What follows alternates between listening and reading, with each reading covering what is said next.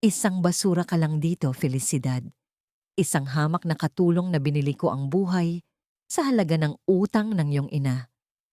Kaya huwag na huwag mong itataas ang iyong boses sa akin dahil sa isang pitik ko lang ay mabubulok ang pamilya mo sa kalsada.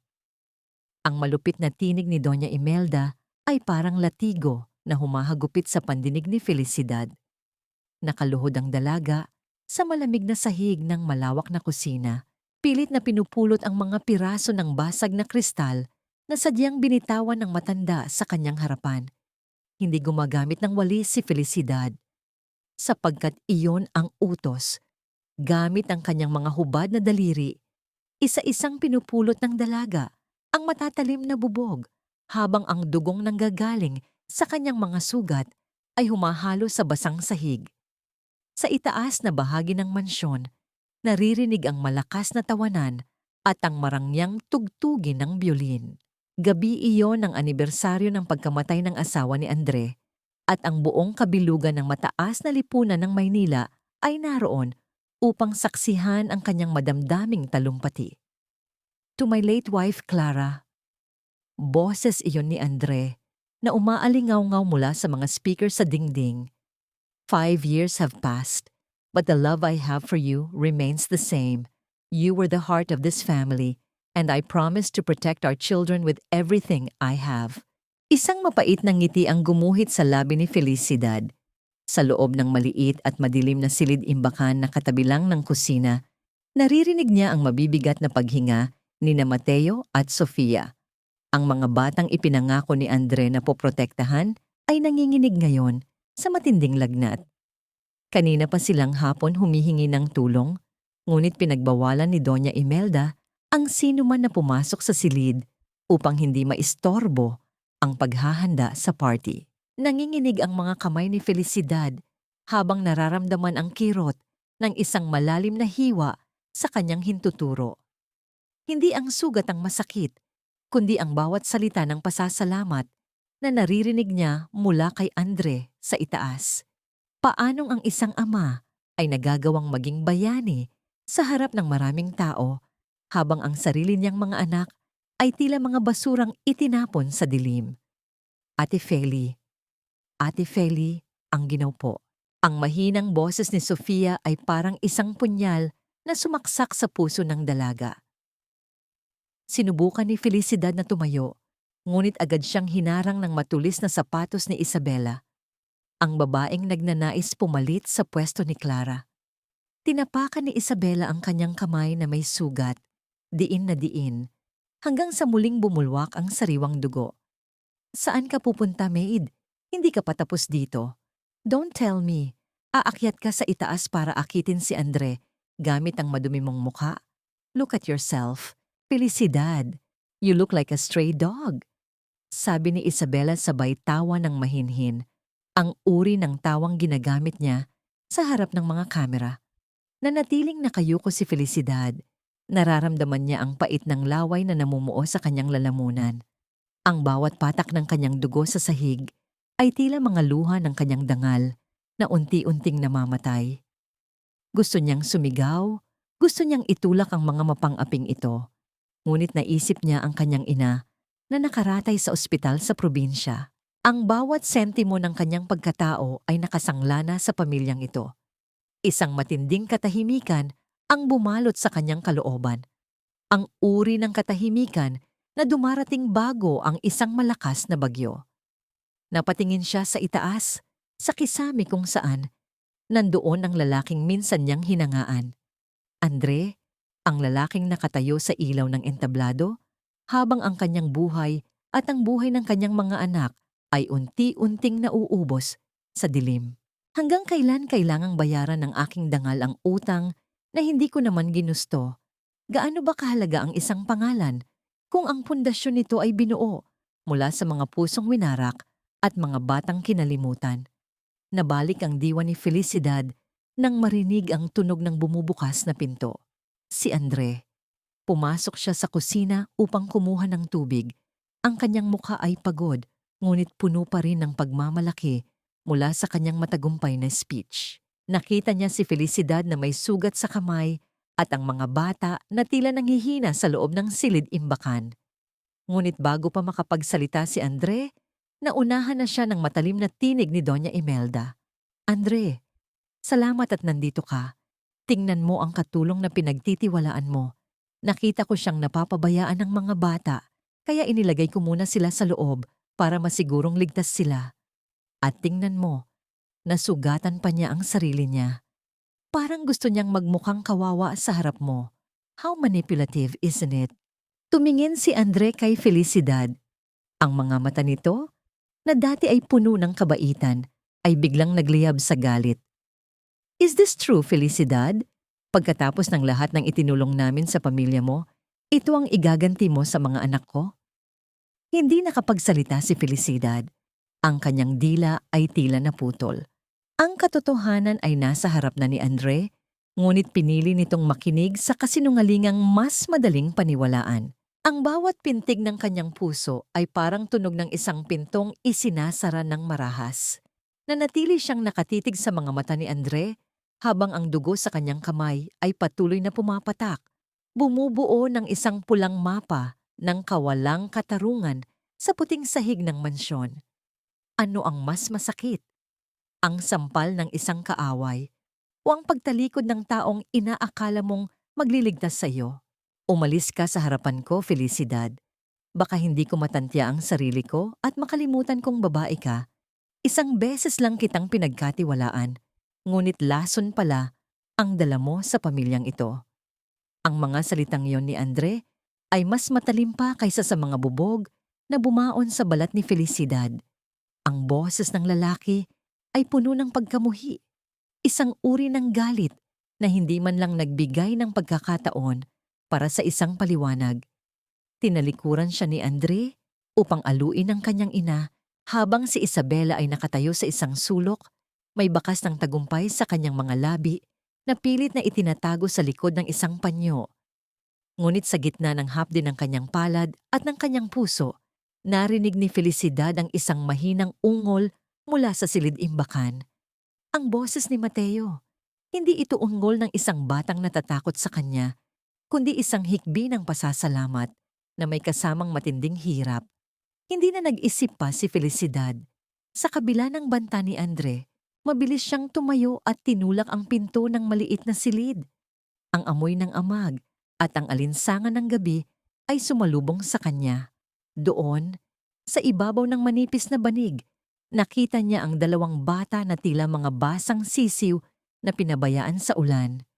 Sir, kahit patayin niyo pa ako sa bugbog pagkatapos nito, hindi ko hahayaang mamatay ang mga anak niyo sa harap ko, matapang na sabi ni Felicidad. Ang kanyang boses ay hindi na nanginginig. May isang uri ng lakas na sumapi sa kanya. Ang lakas ng isang gurong nakakakita ng kanyang mga estudyanteng nasa panganib. Kumuha siya ng isang palanggana ng maligamgam na tubig at isang malinis na bimpo. Kahit dumudugo pa rin ang kanyang kamay, tila wala siyang nararamdamang sakit habang maingat na pinupunasan ang nagbabagang noo ni Sofia. Ang bawat haplos ni Felicidad ay puno ng pagmamahal. Isang uri ng pagkalingang matagal nang hindi nararamdaman ng mga bata mula nang mawala ang kanilang ina. Napatigil si Andre sa may pintuan. Ang kanyang galit ay unti-unting napalitan ng pagkalito. Nakita niya kung paano itinuon ni Felicidad ang lahat ng kanyang atensyon sa mga bata. Ang dugong nanggagaling sa sugat ng dalaga ay humahalo sa tubig sa palanggana, ngunit hindi ito inina ni Felicidad. Ang tanging mahalaga sa kanya ay ang mapababa ang lagnat ng mga maliliit na anghel. Papa, bulong ni Mateo, ang kanyang mga mata ay bahagyang bumukas. Huwag. Huwag mong pagalitan si Ate Feli. Siya lang ang nakikinig sa amin. Siya lang ang nagbigay sa amin ng tubig. Ang katahimikan sa loob ng maliit na silid ay naging mabigat. Ang mga salita ng bata ay tila isang malakas na sampal sa mukha ni Andre. Napatingin siya sa kanyang ina na si Doña Imelda, na ngayon ay hindi makatingin ng diretso at abala sa pag-aayos ng kanyang mamahaling alahas. Lumapit si Andre. Ang kanyang boses ay hindi na kasing talas ng kanina. Hayaan mo na ako, Felicidad. Ako na ang gagawa niyan. Huwag, Sir. Marumi ang mga kamay niyo mula sa pakikipagkamay sa mga bisita sa itaas. Ang kailangan ng mga bata ay kalinga, hindi ang bango ng mamahaling pabango na nanunuot sa kanilang ilong at lalong nagpapahirap sa kanilang paghinga. Sagot ni Felicidad nang hindi tumitingin sa lalaki. Sa sandaling iyon, nagtagpo ang kanilang mga balat. Aksidenteng nahawakan ni Andre ang sugatang kamay ni Felicidad habang inaabot ang bimpo. Isang kuryente ng pagsisisi ang dumaloy sa katawan ni Andre nang maramdaman niya ang init at ang panginginig ng kamay ng dalaga. Gusto niyang humingi ng tawad, gusto niyang itanong kung masakit ba. Ngunit ang kanyang pride bilang isang dialba ay muling namayani. Ang mga bata ay unti-unting kumalma sa ilalim ng pag-aalaga ni Felicidad. Ang kanilang mga maliliit na kamay ay mahigpit na nakakapit sa laylayan ng uniporme ng dalaga na tila natatakot na kapag binitiwan nila ito ay muli silang babalik sa madilim at malamig na mundo. Nanay Feli, huwag kang aalis. Ang mahinang bulong ni Sofia bago ito tuluyang nakatulog ng mahimbing. Ang salitang nanay ay tila isang bombang sumabog sa loob ng silid. Maging si Felicidad ay napatigil. Alam niyang sa mga sandaling iyon, higit pa sa isang katulong ang tingin sa kanya ng mga batang ito. Sila ay mga ligaw na kaluluwang nakahanap ng tahanan sa gitna ng unos. Nabalik lamang ang lahat sa realidad nang pumasok si Isabela. Dala-dala ang isang baso ng alak at ang kanyang mapanuring tingin. How touching! Isang napakagandang palabas, Felicidad. Andre, darling, huwag kang padadala sa drama ng babaeng ito. Baka nakalimutan mong nawawala ang aking brilyanteng hikaw. At sino pa ba ang huling pumasok sa kwarto ko, kundi ang ulirang katulong na ito? Muling nagdilim ang paligid. Ang kapayapaang kabubuo pa lamang ay muling winarak ng isang bagong paratang. Napatingin si Felicidad sa sahig at doon, sa ilalim ng higaan ng mga bata, may isang bagay na kumikinang, isang luma at kinakalawang na kahon na tila itinago ng mahabang panahon. Hindi iyon ang hikaw ni Isabela. Iyon ay isang bagay na pagmamay-ari ni Clara, ang yumaong asawa ni Andre. Isang bagay na hindi dapat makita ng sinuman sa bahay na yon. Ano yan, Felicidad? Huwag mong sabihing pati ang mga alaala ni Clara ay ninanakaw mo na rin? Ang boses ni Doña Imelda ay puno ng panganib. Dahan-dahang kinuha ni Felicidad ang kahon. Sa loob nito ay may isang piraso ng papel na punit-punit. Ang sulat kamay ay tila nagmamadali, tila isang taong tumatakbo para sa kanyang buhay. Hindi ito sa inyo, Doña Imelda, ang matapang na sagot ni Felicidad habang itinatago ang papel sa kanyang bulsa. Ito ay para sa mga bata. Isang katotohanang matagal niyo nang ibinaon sa limot. Walang halaga ang iyong sipag kung ang iyong pamilya ay mamatay sa gutom at sakit, Felicidad. Isipin mo ang iyong ina. Naghihintay siya ng milagro sa Bicol habang ikaw ay nagmamatigas dito sa Maynila. Ang boses ni Doña Imelda ay parang isang malamig na hangin na dumaan sa batok ni Felicidad. Nakatayo ang dalaga sa gitna ng marangyang silid-aklatan ng mga de Alba, kung saan ang bawat libro at muebles ay tila nangungutya sa kanyang kahirapan. Hawak ni Felicidad sa loob ng kanyang bulsa ang punit na papel na nahanap niya sa silid ng mga bata. Ang huling alaala ni Clara. Ngunit ang bigat ng katotohanan iyon ay biglang natabunan ng isang mas masakit na balita. Kani-kanina lang, nakatanggap siya ng tawag mula sa kanilang baryo. Ang kanyang ina, ang tanging dahilan kung bakit siya humihinga at lumalaban, ay isinugod sa ospital dahil sa malubhang sakit sa puso. Kailangan ng operasyon. Isang halagang hindi kikitain ni Felicidad kahit magtrabaho pa siya ng 100 taon bilang katulong. Heto ang tseke, Felicidad, sabi ni Doña Imelda habang dahan-dahang inilalatag ang isang pirasong papel sa ibabaw ng lamesang gawa sa mahogany. Ang puting papel na yon ay tila isang liwanag sa gitna ng dilim, ngunit alam ni Felicidad na may kapalit itong kadena. Sapat ito para sa operasyon ng iyong ina, para sa kanyang mga gamot, at para sa komportableng buhay niya pagkatapos. Lahat ng utang mo, babayaran ko. Nanginginig ang mga kamay ni Felicidad. Napatingin siya sa pluma na nasa tabi ng tseke. Ang tinta nito ay tila isang itim na ilog na handang lumunod sa kanyang kaluluwa. Pero alam nating dalawa na walang libre sa mundong ito, hindi ba? Pagpapatuloy ng matanda, ang kanyang mga mata ay nanunuot sa kaisipan ng dalaga. Ang kapalit nito ay ang iyong katapatan. Habang buhay, hindi ka aalis sa bahay na ito. Hindi ka magrereklamo. At higit sa lahat, ang anumang lihim na akala mo ay nahanap mo ay mananatiling baon sa ilalim ng lupang kinatatayuan mo.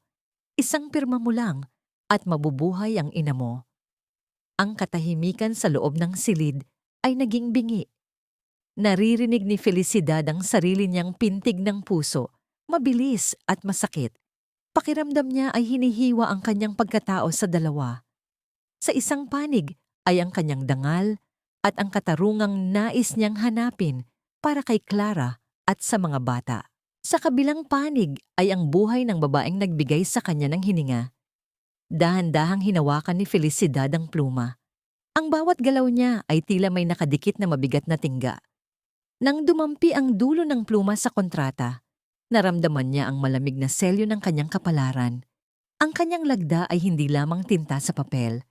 Ito ay ang tunog ng isang rehas na nagsasara sa paligid ng kanyang puso. Pagkatapos ng sandaling iyon, naglakad si Felicidad pabalik sa kanyang maliit na silid sa likod ng kusina. Ang silid na yon ay masikip, mainit at amoy ng luma. Ngunit doon lang siya nakakahinga ng totoo. Nilabas niya ang kanyang maliit na krusipiho mula sa ilalim ng unan. Lumuhod siya sa semento, ang kanyang mga tuhod ay nanginginig at idinampi ang krus sa kanyang mga labi. Ang kanyang mga luha ay pumatak sa malamig na sahig. Paisa-isa, lumilikha ng maliliit na basang bilog sa alikabok. Patawarin niyo po ako, pulong niya sa kadiliman. Patawarin niyo po ako kung ipinagpalit ko ang aking kalayaan. Pero hindi ko po kayang makita ang aking ina na mawawala dahil lamang sa aking pagmamataas.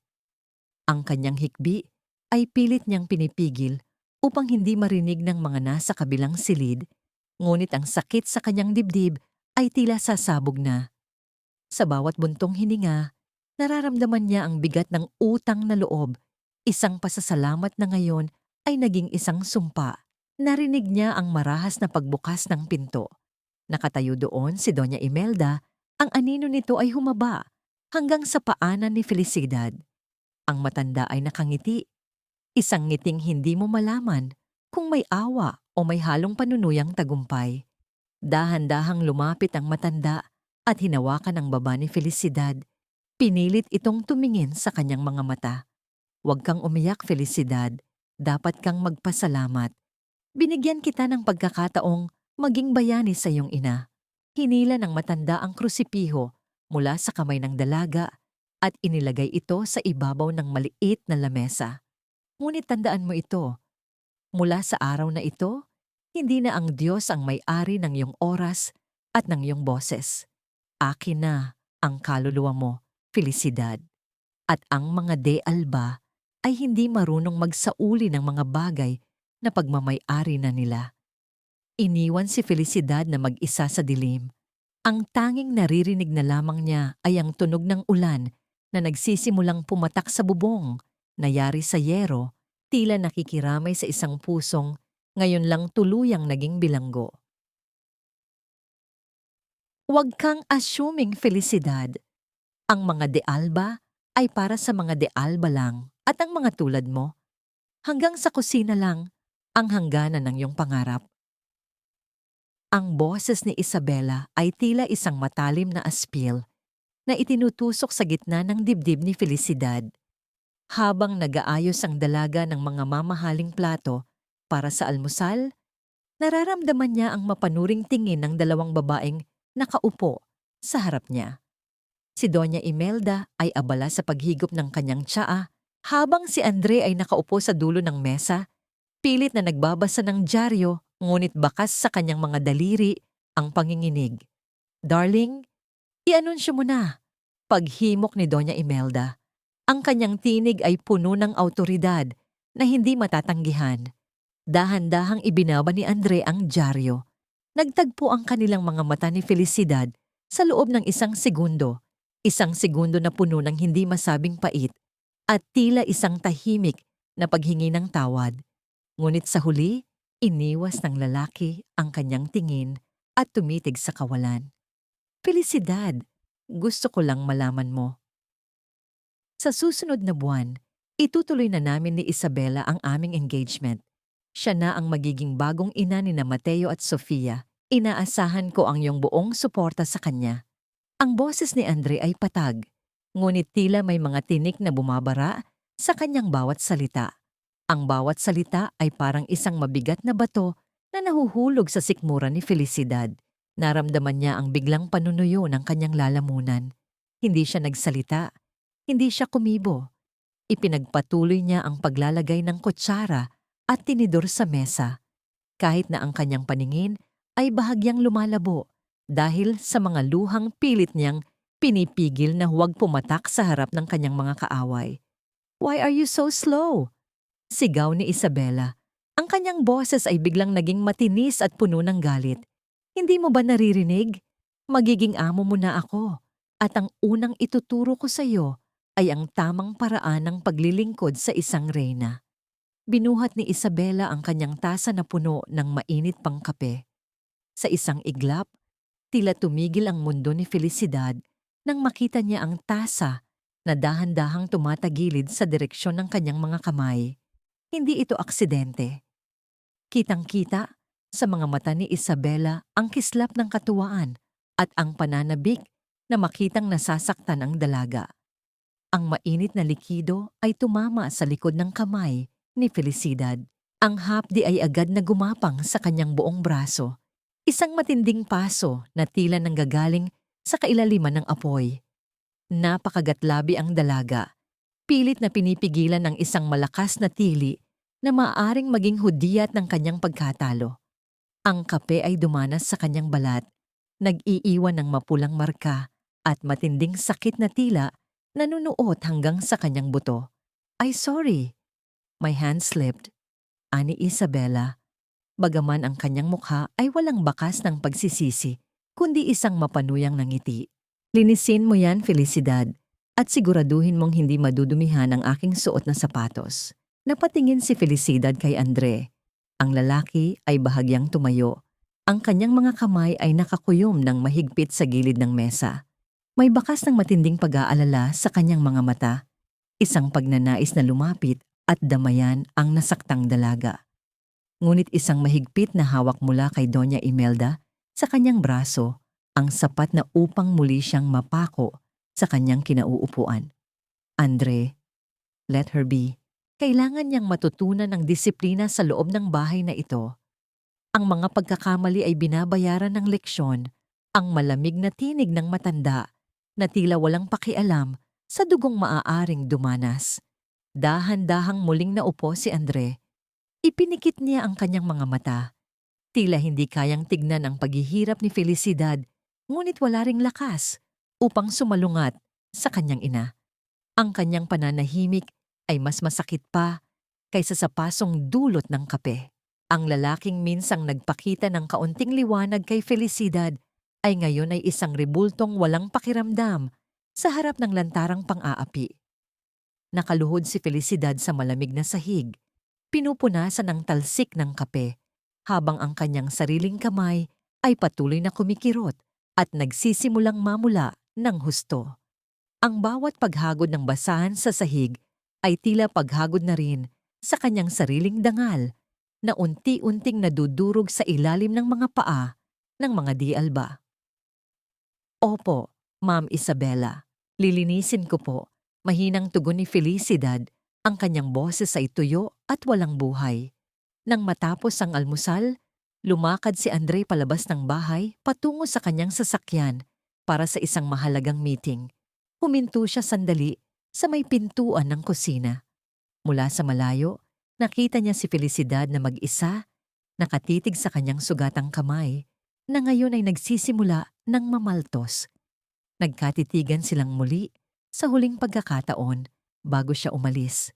May gustong sabihin si Andre, isang salitang maaaring makapagpagaan ng loob, o marahil ay isang pag-amin sa kanyang sariling kaduwagan. Ngunit nang makita niya ang anino ng kanyang ina na nakatingin mula sa itaas ng hagdan, mabilis siyang tumalikod at sumakay sa kanyang kotse. Iniwan ni Andre ang amoy ng usok ng sasakyan at ang isang pusong muling winarak ng kanyang pananahimik. Habang nakatingin si Felicidad sa papalayong kotse, naramdaman niya ang isang kakaibang lamig sa kabila ng hapdi ng kanyang paso. Ang bawat sentimo ng kanyang pagtitiis ay tila isang hakbang patungo sa isang bangin na wala siyang katiyakan kung may sasalo sa kanya. Hanggang kailan mo kayang ipikit ang iyong mga mata, Andre? At hanggang kailan ko kayang tiisin ang init ng apoy na dahan-dahang tumutupok sa huling bakas ng aking pag-asa? Huwag mong bubuksan ang pintong yon, Felicidad. Ang mga lihim na nakakulong sa silid na yon ay may sapat na lakas upang lamunin ang iyong buong pagkatao. Ang babalang yon ni Aling Rosa ay tila isang malamig na bulong na nagpatindig sa balahibo ni Felicidad. Nakatayo ang dalaga sa likuran ng mansyon, sa lugar kung saan isinasampay ang mga naglalakihang kurtina.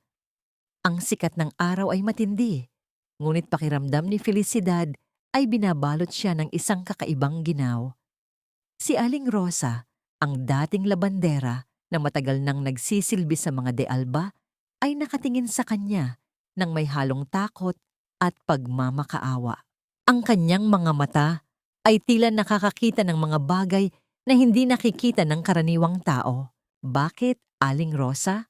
Ano po ba ang meron sa silid ni Ma'am Clara? Tanong ni Felicidad, habang pilit na kinukuskos ang isang mantsa sa puting tela. Ang kanyang mga kamay, na may sariwa pang marka ng paso mula sa nakaraang gabi, ay nanginginig sa bawat kuskos. Humakbang palapit ang matanda. Tinitiyak na walang ibang makakarinig sa kanilang usapan. Hindi baliw si Clara, Felicidad, pinabaliw siya. Nakita ko ang mga botelyang ibinibigay sa kanya ni Doña Imelda gabi-gabi. Ang mga gamot na dapat sana ay magpapakalma sa kanya ay siya mismong nagpapadilim sa kanyang isipan. Huwag kang magtitiwala sa mga ngiting nakikita mo sa loob ng bahay na ito. Ang mga salitang iyon ay tila isang malakas na kulog sa pandinig ni Felicidad. Matagal na siyang nagtataka kung bakit tila may pader na nakaharang sa pagitan ni Andre at ng kanyang mga anak kapag ang usapan ay tungkol sa kanilang ina. Ang bawat tanong ng mga bata ay sinasagot ng katahimikan o ng isang matalim na tingin mula kay Doña Imelda. Nang sumapit ang hapon, nang ang lahat ay abala sa kani-kanilang mga gawain, natagpuan ni Felicidad ang kanyang sarili sa tapat ng pintuan ng ipinagbabawal na silid. Ang pinto ay gawa sa mabigat na kahoy na may mga ukit na tila mga kamay na pilit na kumakapit. Sa isang pagkakataon, dahil sa pagmamadali ng mga katulong na naglilinis, naiwang bahagyang nakabukas ang kandado. Dahan-dahang itinulak ni Felicidad ang pinto. Walang tunog ang kanyang pagpasok, tila maging ang hangin sa loob ay natatakot na gumalaw. Ang silid ay puno ng alikabok na sumasayaw sa ilalim ng iisang sinag ng araw na tumatagos sa siwang ng makapal na kurtina. Amoy ng lumang papel at tuyong bulaklak ang sumalubong sa kanya. Lahat ng gamit ni Clara ay naroon pa rin. Ang kanyang suklay, ang kanyang mga pabango na ngayon ay wala ng amoy. At ang mga damit na nakasabit pa rin sa loob ng kabinet. Sa gitna ng katahimikan, naramdaman ni Felicidad ang isang matinding lungkot na tila bumabalot sa bawat sulok ng silid. Lumapit siya sa isang maliit na altar kung saan may nakalagay na lantang sampagita. Bigla niyang naalala ang mga bata. Ang bango ng sampagita ay ang amoy na laging hinahanap ni na Mateo at Sofia tuwing gabi bago sila matulog. Ito ang amoy ng kanilang ina na pilit na ipinagkakait sa kanila. Isang maliit na laruan ng kabayo ang nakita ni Felicidad sa ilalim ng kama, tila nakalimutan ng panahon. Kinuha niya ito at naramdaman ng isang kakaibang init sa kanyang palad. Nasaan ka, Clara? Ano ba talaga ang nangyari sa'yo? Bulong ni Felicidad sa hangin. Habang nagmamasid, napansin niya ang isang bahagi ng sahig na tila hindi pantay. Lumuhod siya at dahan-dahang kinapa ang kahoy. May isang maliit na siwang sa ilalim ng sahig, isang taguan na tila sadyang ginawa para sa mga bagay na hindi dapat makita. Gamit ang kanyang nanginginig na mga daliri, inangat niya ang isang piraso ng tablang kahoy. Doon, sa ilalim ng madilim na butas, ay may nakatagong isang maliit at madilim na botelya ng gamot. Walang nakasulat na pangalan ng doktor, tanging isang pulang marka lamang ang nakalagay sa takip nito. Kasama ng botelya ay isang mantsadong reseta na may pirma ng isang klinika na matagal nang sarado. Naramdaman ni Felicidad ang mabilis na pagtibok ng kanyang puso. Ito na ang ebidensyang sinasabi ni Aling Rosa. Ang botelyang ito ang posibleng sagot sa lahat ng kanyang mga katanungan. Ngunit bago pa man niya ito mailagay sa loob ng kanyang bulsa, narinig niya ang tunog ng mabibigat na yabag sa labas ng koridor. Ang tunog ng mga sapatos na gawa sa mamahaling balat ay papalapit sa silid. Alam ni Felicidad ang tunog na yon. Iyon ay ang mga hakbang ni Doña Imelda. Ang bawat pagdampi ng sapatos sa sahig ay tila isang babala na ang panganib ay narito na. Felicidad, alam kong nandidiyan ka. Huwag mong subukang itago ang hindi para sa'yo. Ang boses ng matanda ay mariin at puno ng pananakot. Tila alam na alam nito ang bawat galaw ng dalaga sa loob ng ipinagbabawal na silid. Napasandal si Felicidad sa dingding. Hawak-hawak ang botelyang maaring magpabago sa kapalaran ng pamilya de Alba, habang ang anino ni Doña Imelda ay dahan-dahang lumilitaw sa siwang ng pintuan.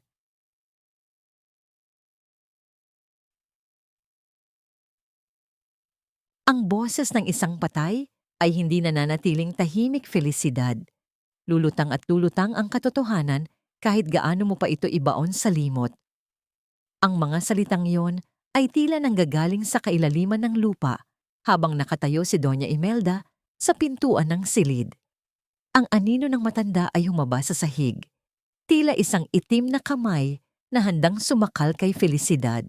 Mabilis na isinilid ng dalaga ang botelya at ang punit na papel sa loob ng kanyang suot na kamiseta, direkta sa tapat ng kanyang puso. Nararamdaman niya ang lamig ng salamin ng botelya na dumiin sa kanyang balat. Isang lamig na tila nagmumula sa kabilang buhay. Ano ang ginagawa mo sa silid na ito? Ang boses ni Doña Imelda ay mahinahon, ngunit may talim ng isang labaha. Hindi ba't malinaw ang utos ko? Walang sino man ang may karapatang pumasok dito. Huminga ng malalim si Felicidad, pilit na pinapakalma ang kanyang mabilis na pintig ng puso. Paumanhin po, Doña Imelda. Nakita ko pong bahagyang nakabukas ang pinto at naisip ko lang pong linisin ang mga alikabok. Nakakahiya po sa mga bisita kung may makakita na napapabayaan ang silid ni Ma'am Clara. Lumapit ang matanda. Ang tunog ng kanyang baston sa sahig ay tila isang timer ng bomba na bawat segundo ay nagpapalapit sa panganib. Tinitigan niya ng matagal ang mukha ni Felicidad. Tila binabasa ang bawat galaw ng kanyang mga mata. Sa loob ng ilang sandali, ang tanging naririnig ay ang mabagal na paghinga ng matanda at ang malayo at mahinang huni ng mga kuliglig sa labas. Linisin o makiusyoso? Ani Imelda, sabay haplos sa alikabok sa ibabaw ng lamesa. Ang katulad mo ay hindi dapat naghahanap ng mga bagay na hindi mo mauunawaan. Lumabas ka na. At tandaan mo, Felicidad. Ang pag-uusisa ay madalas na nagdadala ng kapahamakan. Nang makalabas si Felicidad, tila siya ay nakawala sa isang masikip na hawla. Kumaripas siya ng takbo patungo sa kanyang maliit na silid sa likod ng mansyon. Isinara niya ang pinto at agad na kinuha ang mga bagay na kanyang nakuha. Sa ilalim ng malamlam na liwanag ng isang maliit na bumbilya, inilatag niya ang punit-punit na papel na nahanap niya sa loob ng laruan ni Mateo at ang botelyang may pulang marka. Dahan-dahang pinagdugtong ni Felicidad ang mga bahagi ng papel. Ang sulat kamay ay magulo, puno ng mga mantsa ng tuyong luha. Ito ay ang huling liham ni Clara. Andre, aking mahal. Panimula ng liham. Hindi ako baliw. Ang mga gamot na ibinibigay sa akin ng iyong ina. Ang mga ito ang dahilan kung bakit ako nakakakita ng mga anino. Pinapatay nila ang aking isipan. Gusto nilang mawala ako para mapalitan ako ng isang taong mas madaling pasunurin. Kung mababasa mo ito, ilayo mo ang ating mga anak. Huwag mong hayaang maging katulad ko sila. Naramdaman ni Felicidad ang isang matinding panginginig sa kanyang buong katawan. Hindi aksidente ang pagkamatay ni Clara. Hindi siya nahulog sa balkonahe dahil sa kalituhan. Ang bawat salita sa liham ay isang pagsusumamo para sa katarungan. Ang botelyang hawak ni Felicidad ay naglalaman ng mga kemikal na unti-unting sumisira sa nervous system ng isang tao. Isang tahimik na paraan ng pagpatay nang hindi gumagamit ng kutsilyo o baril. Diyos ko, bulong ni Felicidad habang ang kanyang mga luha ay nagsisimulang pumatak sa papel. Ginawa nila ito sa sarili nilang pamilya, isang ina, isang asawa. Pinatay nila ang kanyang kaluluwa bago pa man siya tuluyang nawala. Biglang sumagi sa isip ni Felicidad ang mga bata, sina Mateo at Sofia. Ngayon ay naiintindihan na niya kung bakit takot na takot ang mga ito kay Doña Imelda. Ang mga bata ay nakasaksi sa dahan-dahang paghina ng kanilang ina. At marahil ay nakita rin nila ang malupit na kamay ni Imelda sa likod ng mga gamot na yon. Nabalik ang diwa ni Felicidad nang marinig ang isang mahinang kaluskos sa labas ng kanyang pinto. Tila may isang taong nakikinig, isang taong nagtatago sa kadiliman ng gabi. Mabilis niyang itinago ang liham sa ilalim ng kanyang banig. Nang buksan niya ang pinto, wala siyang nakitang tao, ngunit may isang bagay na naiwan sa tapat ng kanyang threshold. Isang piraso ng sampagita, sariwa pa at mabango. Ngunit ang sampagita ay may nakatusok na isang itim na aspile sa gitna. Tila isang babala na ang bawat hakbang niya ay binabantayan. Hindi na lang basta paghihiganti ang laban na ito. Ito ay isang digmaan sa pagitan ng katotohanang nais lumabas at ng kasamaang handang pumatay upang manatiling nakatago. Napatingin si Felicidad sa malayo, sa bintana ng silid ni Andre kung saan bukas pa ang ilaw. Andre? Bulag ka ba o sadyang ayaw mo lang makakita? Tanong niya sa sarili. Dahil sa bawat gabi na lumilipas, ang mga aninong pumatay kay Clara ay dahan-dahan na ring lumalapit sa iyong mga anak. Huwag kang lilingon sa kanya, Sofia. Mula ngayon, ako na ang susundin ninyo. Ang basurang katulong na yan ay hindi ninyo ina at hinding-hindi magiging kapamilya. Ang boses ni Isabela ay tila isang matamis na lason habang ipinapakita niya sa mga bata ang mga naglalakihang kahon ng laruan na dinala niya sa mansyon. May mga mamahaling manika, mga gintong sasakyan, at mga damit na galing pa sa ibang bansa. Ngunit sa kabila ng kinang ng mga material na bagay, ang mga mata ni Mateo at Sophia ay nanatiling nakatitig sa pintuan ng kusina, kung saan nakatayo si Felicidad na may bakas ng lungkot sa mukha. Bakit hindi kayo ngumingiti? Tanong ni Isabela, habang dahan-dahang hinihigpitan ng hawak sa balikat ni Mateo. Ang kanyang mga kuko ay dumiin sa manipis na tela ng damit ng bata, isang lihim na pananakit na hindi nakikita ni Andre na nasa kabilang silid. Hindi ba ninyo alam na kailangan ninyong magpasalamat? I am going to be your new mother. You should be grateful that I am replacing that woman who left you. Nang makalabas si Andre para sa isang tawag sa telepono, biglang nagbago ang anyo ni Isabela. Ang kanyang ngiti ay napalitan ng isang mapanganib na titig. Kinuha niya ang manika mula sa kamay ni Sofia at marahas itong itinapon sa sahig. "Listen to me, you little brats," bulong ni Isabela. Ang kanyang hininga ay amoy ng alak at pait. "Huwag ninyong isiping ililigtas kayo ng katulong na yan. Kapag nagsumbong kayo sa papa ninyo, sisiguraduhin kong mas malala pa sa nangyari sa nanay ninyo ang daranasin ninyo. Isasara ko kayo sa basement kung saan walang makakarinig sa inyo." Nanginginig ang maliliit na balikat ni Sofia. Napayakap siya kay Mateo habang ang kanilang mga luha ay tahimik na dumanas sa kanilang mga pisngi.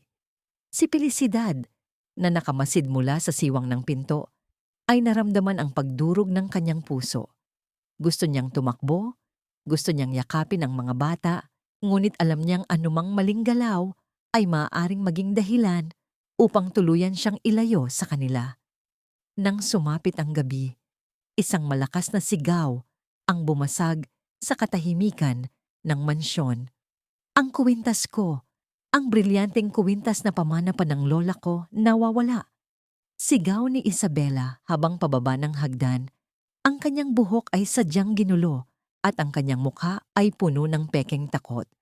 Mabilis na lumabas si Doña Imelda mula sa kanyang silid. Tila nakahanda na sa senaryong ito. "Ano? Saan mo huling iniwan, Isabela? Imposibleng mawala yan dito, maliban na lang kung may mga malilikot ang kamay sa paligid natin." Lahat ng mga katulong ay tinawag sa gitna ng sala. Nakatayo si Felicidad sa dulo. Ang kanyang mga kamay ay nakakuyom sa kanyang bulsa. Alam niya ang patibong na ito. Nakita niya ang mapanuyang sulyap ni Isabela sa kanya bago pa man magsimula ang gulo. "I-search ninyo ang lahat ng kwarto," utos ni Andre. Ang kanyang boses ay puno ng pagod at inis.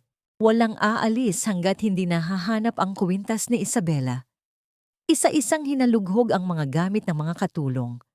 Nang dumating sila sa maliit at masikip na silid ni Felicidad, ang kaba sa dibdib ng dalaga ay tila isang tambol na mabilis ang pagpalo. Pumasok ang mga tauhan ni Doña Imelda at marahas na itinapon ang kanyang mga kakaunting damit sa sahig. Ang kanyang maliit na krusipiho ay nahulog at tumama sa semento. Ngunit hindi iyon ang hinahanap nila. Sa ilalim ng kanyang manipis na unan, isang kumikinang na bagay ang lumabas. Ang brilyanteng kuwintas ni Isabela. "Sabi na nga ba," ani Doña Imelda, habang dahan-dahang pinupulot ang kuwintas gamit ang dulo ng kanyang mga daliri.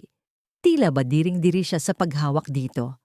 "Ang ahas na pinapakain natin sa loob ng bahay, marunong na ring tumuklaw." "Magnanakaw ka, Felicidad." "Hindi ko po ninakaw iyan," sigaw ni Felicidad. Ang kanyang boses ay nanginginig sa galit at kawalang katarungan. "Alam ninyong hindi ko magagawa iyan. Itinanim ninyo iyan sa gamit ko."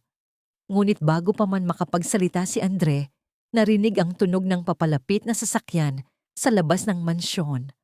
Ang asul at pulang ilaw ay tumatalsik sa mga bintana, nagbibigay ng isang nakakatakot na kulay sa buong sala. Ang tunog ng mga sapatos ng mga awtoridad ay umalingaw-ngaw sa matigas na sahig habang papasok sila sa loob ng bahay. "Officer, heto ang ebidensya," ani Isabela habang yumayakap sa braso ni Andre at nagkukunwaring umiiyak. "Nakuha sa gamit niya ang kuwintas ko. Gusto kong mabulok ang babaeng ito sa kulungan." Napatingin si Felicidad kay Andre, umaasa sa huling pagkakataon na makikita niya ang katiting na tiwala sa mga mata nito. Ngunit ang nakita niya ay ang pagtalikod ni Andre, ang pag-iwas ng tingin na tila ba ang dalaga ay isang dumi na hindi nararapat tignan. Dinala ng mga pulis si Felicidad patungo sa pintuan. Habang hinihila siya palabas, naramdaman niya ang isang mahinang hila sa kanyang laylayan. Nakita niya sina Mateo at Sofia na nakatago sa likod ng malaking sofa. Ang kanilang mga mata ay punong-puno ng takot at luha. "Nanay Feli, huwag kang aalis," ang pabulong na pagsusumamo ng dalawang bata na tila isang huling hininga ng pag-asa. Ngunit ang pinto ng mansyon ay sumara nang may malakas na tunog.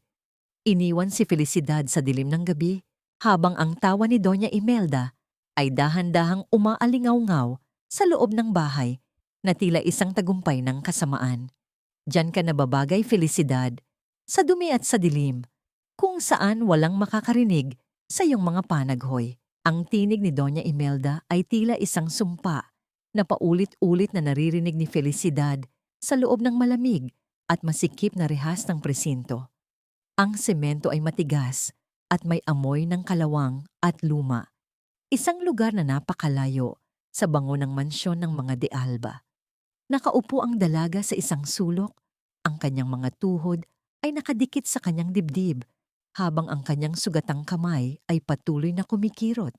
Hindi ang rehas ang nagpapaiyak sa kanya, kundi ang alaala ng mga mata ni na Mateo at Sofia na punong-puno ng takot nang siya ay ilayo.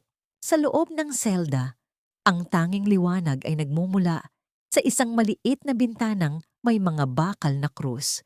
Napatingin si Felicidad sa kanyang mga palad. Ang paso mula sa kape ni Isabela ay nagsisimula ng matuyo. Ngunit ang hapdi nito ay tila nanunuot hanggang sa kanyang kaluluwa. Diyos ko, huwag mo po silang pababayaan. Bulong ni Felicidad, ang kanyang boses ay paos at halos hindi marinig sa gitna ng katahimikan ng gabi. Samantala, sa loob ng mansyon, hindi mapakali si Andre. Nakatayo siya sa balkonahe, nakatanaw sa malayo habang hawak ang isang baso ng alak na hindi niya magawang inumin. Ang bawat sulok ng bahay ay tila nagpapaalala sa kanya kay Felicidad. Ang paraan ng pag-aayos nito ng mga bulaklak, ang malumanay nitong boses habang kinakantahan ang mga bata, at ang matapang nitong pagtayo sa harap ni Doña Imelda. Andre, darling, bakit hindi ka pa natutulog? Hayaan mo na ang magnanakaw na yon. Ani Isabela, habang dahan-dahang hinahaplos ang balikat ng lalaki. Inalis ni Andre ang kamay ni Isabela nang may halong inis. Hindi siya magnanakaw, Isabela. Nararamdaman ko yon. May mali sa lahat ng nangyayaring ito. Hindi na naghintay ng sagot si Andre. Kinuha niya ang susi ng kanyang sasakyan at mabilis na lumabas ng mansyon. Ang kanyang puso ay tila nakikipagkarera sa bilis ng kanyang pagmamaneho patungo sa presinto. Sa bawat segundong lumilipas, ang mukha ni Felicidad na luhaan at puno ng sugat ang nakikita niya sa kanyang isipan. Nang makarating siya sa selda, nakita niya ang dalaga na nakasandal sa pader, tila isang ibon na nawalan ng lakas na lumipad. Ang marahas na tunog ng sapatos ni Andres sa pasilyo ay nagpagising sa diwa ni Felicidad. Dahan-dahan siyang tumingala at nagtagpo ang kanilang mga mata sa pagitan ng mga rehas na bakal. Feli? Ang mahinang tawag ni Andre. Ang kanyang boses ay puno ng pagsisisi at pag-aalala. Lumapit ang lalaki at dahan-dahang ipinasok ang kanyang kamay sa pagitan ng mga rehas. Hinawakan niya ang sugatang kamay ni Felicidad. Ang kanyang mga daliri ay marahang dumampi sa balat ng dalaga. Isang kuryente ng emosyon ang dumaloy sa kanilang dalawa. Isang halong sakit, pangungulila, at isang uri ng pag-ibig na pilit nilang itinatago sa ilalim ng kanilang mga pagkakaiba. Bakit ka nandito, sir? Tanong ni Felicidad. Ang kanyang mga mata ay muling napuno ng luha. Hindi ba't isa lang akong magnanakaw sa paningin ninyo?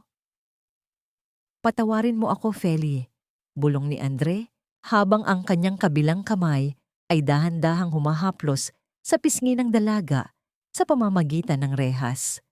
Ang kanyang hininga ay malapit sa mukha ni Felicidad, nararamdaman ang init at ang panginginig ng bawat isa. Maling-mali ako.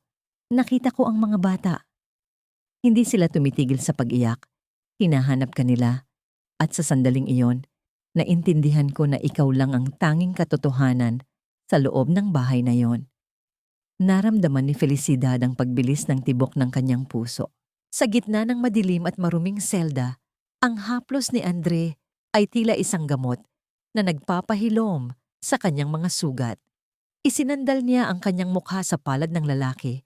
Ipinipikit ang kanyang mga mata upang damhin ang sandaling iyon ng kilig na hinaluan ng matinding lungkot.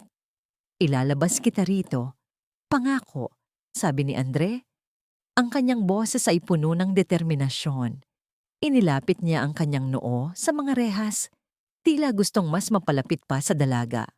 Kahit kalabanin ko pa ang sarili kong ina, hindi ko nahahayaang saktan kanila muli. Ngunit sa gitna ng kanilang madamdaming sandali, isang anino ang lumitaw sa dulo ng pasilyo. Ang tunog ng isang baston na tumatama sa semento ay umalingaw-ngaw, isang pamilyar at nakakatakot na tunog. Isang napakagandang eksena, Andre. Ang malamig na boses ni Doña Imelda ay pumutol sa katahimikan. Ngunit baka nakakalimutan mong ang bawat hakbang na gagawin mo para sa babaeng ito ay may katumbas na buhay ng pamilya niya sa probinsya. Napabitaw si Andre sa kamay ni Felicidad. Ang takot sa mga mata ng dalaga ay muling bumalik, mas matindi kaysa kanina. Ang pag-asa na kabubuo pa lamang ay tila isang manipis na sinulid na handang maputol sa isang maling galaw. Anong ibig mong sabihin, ma? Tanong ni Andre habang humaharap sa kanyang ina. Isang tawag ko lang, Andre, at hihinto ang lahat ng makina na bumubuhay sa ina ni Felicidad. Ani Doña Imelda, sabay pakita ng kanyang cellphone. Pumili ka, aking anak, ang iyong damdamin para sa katulong na ito o ang buhay ng isang matandang naghihintay ng kanyang katapusan. Naiwang nakatayo si Felicidad sa loob ng rehas, nakatingin sa dalawang taong may hawak ng kanyang kapalaran, habang ang lamig ng gabi ay tila mas lalong tumitindi sa bawat segundong lumilipas.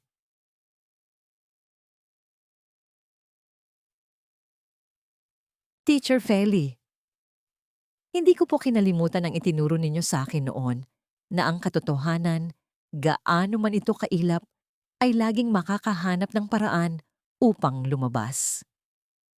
Ang boses na iyon ay hindi kay Andre at lalong hindi sa sinumang kaaway ni Felicidad. Ito ay boses ng isang lalaking may tindig, may suot na salamin, at may dalang isang itim na briefcase. Nakatayo siya sa harap ng rehas, ang kanyang mga mata ay puno ng respeto at determinasyon. Mateo? Bulong ni Felicidad. Ang kanyang boses ay tila isang hangin na nagmula sa malayong nakaraan.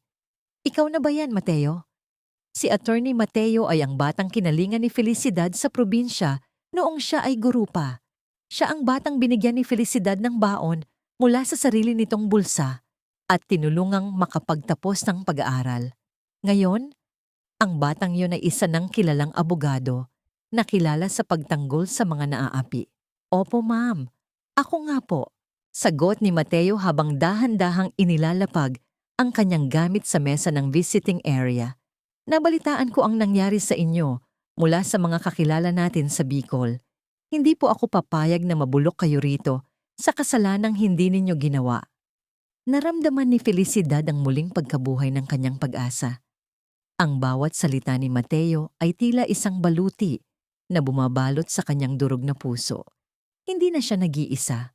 Sa gitna ng kadiliman ng mga de Alba, may isang liwanag na dumating mula sa kanyang sariling kabutihan sa nakaraan. Mateo, marami silang pera. Marami silang kapangyarihan, babala ni Felicidad, habang tinitignan ang paligid upang matiyak na walang nakikinig na pulis. Hawak ni Doña Imelda ang buhay ng nanay ko at may nahanap ako. Tungkol kay Clara, may mga botelya at liham na nagpapatunay na hindi aksidente ang pagkamatay niya. Lumapit si Mateo, ang kanyang mukha ay naging seryoso. Huwag po kayong mag-alala, Ma'am Feli. Matagal ko na ring binabantayan ang mga transaksyon ng mga de Alba. May mga anomalya sa kanilang foundation na ginagamit nilang panakipbutas sa kanilang mga ilegal na gawain. At tungkol sa nanay ninyo, inilipat ko na siya ng ospital sa ilalim ng aking pangalan. Hindi na siya mahahawakan ni Imelda. Ang mga luha ni Felicidad ay hindi na napigilan, hindi dahil sa sakit, kundi dahil sa matinding pasasalamat. Ang utang na loob na palaging ginagamit ni Imelda upang sakalin siya ay nararamdaman niya ngayon sa isang malinis at tapat na paraan mula kay Mateo. Ngunit kailangan ko ang mga ebidensya, ma'am. Bulong ni Mateo. Nasaan ang botelya at ang liham? Nakatago sa ilalim ng aking banig sa mansyon. Sagot ni Felicidad. At may isang flash drive akong itinago sa loob ng lumang Biblia sa silid-aklatan. Nandoon ang mga record ng mga gamot na binili ni Imelda noon. Habang nagpaplano ang dalawa, narinig ang tunog ng papalapit na takong ng sapatos. Ang matinis na tunog na yon ay tila isang babala ng panganib. Lumitaw si Isabela, may suot na malaking salamin sa mata at isang mapanuyang ngiti. How touching, ani Isabela, habang tinitignan si Mateo mula ulo hanggang paa. Sino itong lalaking ito, Felicidad? Ang iyong bagong lover? O baka naman isa pang magnanakaw na tulad mo? Mabilis na tumayo si Mateo at hinarap si Isabela. Ang kanyang tindig ay hindi natinag sa harap ng karangyaan ng babae. Ako si Attorney Mateo Santos, ang legal counsel ni Miss Felicidad. At kung ako sa'yo, Miss Isabela, magsisimula na akong maghanap ng magaling na abogado. Dahil ang bawat sampal at pang-aapi mo ay may katumbas na demanda na hindi mo mababayaran ng kahit anong brilyante. Namutla si Isabela. Hindi niya inaasahan na may isang taong may kapangyarihan na tatayo para sa isang katulong. Ang kanyang mga mata ay nanlisik sa galit, ngunit may bakas din ng takot na dahan-dahang gumagapang sa kanyang mukha. Tignan natin kung hanggang saan ang tapang ninyo. Banta ni Isabela bago mabilis na tumalikod at lumabas ng presinto. Naiwan sina Felicidad at Mateo. Nagkatinginan ang dalawa, isang tingin na puno ng determinasyon. Ang laban ay hindi na lamang tungkol sa kalayaan ni Felicidad.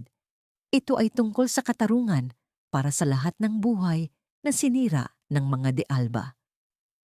Maghanda po kayo. Ma'am Feli, sabi ni Mateo habang inaayos ang kanyang briefcase. Dahil sa susunod na pagkikita natin, hindi na rehas ang nasa harap ninyo, kundi ang pintuan patungo sa inyong bagong buhay. Scientist! Hindi siya nahulog Felicidad. Hinayaan siyang mamatay ng mga taong nangakong magmamahal sa kanya. At sa huling sandali ng kaniyang hininga, ang pangalan ng kaniyang mga anak, ang kaniyang tinatawag. Ngunit tawa lamang ni Doña Imelda ang sumagot sa kanya. Ang mga salitang yon mula kay Aling Rosa ay tila mga tipak ng yelo na bumabagsak sa puso ni Felicidad. Nakatayo sila sa loob ng isang maliit at madilim na dampa sa gilid ng rails ng tren, malayo sa marangyang mansyon ng mga De Alba. Dinala siya rito ni Attorney Mateo pagkatapos siyang mailabas sa presinto gamit ang pansamantalang piyansa. Ang paligid ay amoy ng lumang kahoy at usok, isang taguan na puno ng takot at mga lihim na pilit ibinabaon. Nanginginig ang mga kamay ni Aling Rosa habang inaabot niya ang isang lumang cassette recorder na balot ng basahan. Ang balat ng matanda ay tila papel na niluma ng panahon at ang kaniyang mga mata ay puno ng matinding pagsisisi na tila ba ayaw na niyang makakita pa ng liwanag. Bakit ngayon lang, Aling Rosa? Bakit niyo hinayaang magdusa ang mga bata sa loob ng 5 taon? Tanong ni Felicidad. Ang kaniyang boses ay punong-puno ng sakit at hindi makapaniwalang galit. Napahagulgol ang matanda. Ang tunog ng kaniyang pag-iyak ay tila isang paghingi ng tawad sa lahat ng kaniyang pananahimik. Tinakot ako ni Doña Imelda Felicidad. Sinabi niya na kapag nagsalita ako, isusunod niya ang aking pamilya. Hawak niya ang utang na loob ng aking asawa sa kanya. Pero hindi ko na kaya. Gabi-gabi ay naririnig ko ang boses ni Clara na humihingi ng tulong. Dahan-dahang pinindot ni Aling Rosa ang play button. Ang tunog ng pag-ikot ng luma at kinakalawang na tape ay umalingaw-ngaw sa katahimikan ng silid. Mula sa maliit na speaker, lumabas ang isang boses na tila nanggagaling sa kabilang mundo, ang boses ni Clara. Andre, kung naririnig mo ito, patawarin mo ako. Ang boses ni Clara ay mahina, putol-putol at tila isang taong nawawalan na ng malay dahil sa lason. Hindi ko na kaya ang dilim na ibinibigay ng iyong ina. Ang mga gamot na pinapainom niya sa akin. Ginagawa akong baliw sa paningin mo. Pero tandaan mo, mahal ko ang mga anak natin. Huwag mo silang iiwan kay Imelda. Parang awa mo na. Kasunod ng boses ni Clara ay ang tunog ng marahas na pagbukas ng pinto sa recording at ang malamig na tinig ni Doña Imelda na naguutos na ubusin ang baso ng gamot. Ang tunog ng pakikipagbuno at ang huling sigaw ni Clara bago maputol ang recording ay tila isang matalim na kutsilyo na sumaksak sa kaluluwa ni Felicidad. Naramdaman ni Felicidad ang matinding panginginig sa kaniyang buong katawan. Ang bawat patak ng kaniyang luha ay bumagsak sa kaniyang mga hita, mainit at puno ng pait. Hindi lang pala si Clara ang pinatay ni Imelda. Pinatay niya rin ang kinabukasan ng kaniyang sariling mga apo sa pamamagitan ng pag-alis ng kanilang ina. Pinatay nila ang kaluluwa ni Clara bago siya tuluyang nawala, ani Rosa, habang nakatitig sa kawalan. At ngayon, Felicidad, ikaw na lang ang natitirang pag-asa ng mga bata. Ikaw lang ang makakapagtapos sa sumpa ng pamilyang ito. Inakap ni Felicidad ang recorder sa kanyang dibdib. Tila ba ito ay ang huling hininga ni Clara na kailangan niyang protektahan. Naramdaman niya ang isang kakaibang lakas na gumagapang sa kaniyang mga ugat. Ang takot na kaniyang naramdaman noon sa loob ng presinto ay napalitan ng isang apoy na handang tumupok sa lahat ng kasinungalingan ng mga de Alba. Napatingin si Felicidad sa bintana, sa direksyon kung nasaan ang mansyon. Doon, sa ilalim ng mga nagniningning na chandelier, ay naninirahan ang mga demonyong may suot na maskara ng mga anghel. Pangako, Clara, bulong ni Felicidad, habang ang kaniyang mga mata ay nagliliyab sa determinasyon. Hinding-hindi ko hahayaang magtagumpay ang kadiliman. Ang boses mo ay maririnig ng buong mundo at ang mga anak mo ay hindi na muling luluha sa dilim. Ngunit sa gitna ng kaniyang panata, narinig nila ang tunog ng isang sasakyang huminto sa labas ng dampa. Ang tunog ng pagpreno ng sasakyan sa tuyong lupa ay nagbigay ng hudyat na hindi na sila ligtas. Isang malakas na katok ang tumama sa marupok na pintuan, tila ba ang kamatayan mismo ang kumakatok upang bawiin ang huling ebidensya. Sino ang nagturo sa kanila kung nasaan si Aling Rosa? At gaano kalayo ang kayang gawin ni Imelda upang masigurong ang boses ni Clara ay mananatiling isang bulong lamang sa hangin?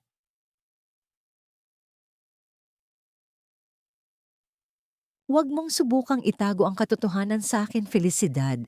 Sabihin mo sa akin, kinuha ba talaga ng mga kamay mo ang buhay ng katahimikan sa bahay na ito? Ang tinig ni Andre ay hindi na puno ng galit, kundi ng isang matinding pagod at pag-aalinlangan. Nakatayo siya sa tapat ng pintuan ng dampa ni Aling Rosa. Ang kaniyang mamahaling polo ay nababasa na ng ambon at ang kaniyang mga mata ay namumula sa puyat. Hindi ang mga pulis ang kumatok, kundi ang lalaking pilit na tumatakas sa katotohanan. Dahan-dahang itinaas ni Felicidad ang cassette recorder. Ang kaniyang mga kamay ay hindi na nanginginig.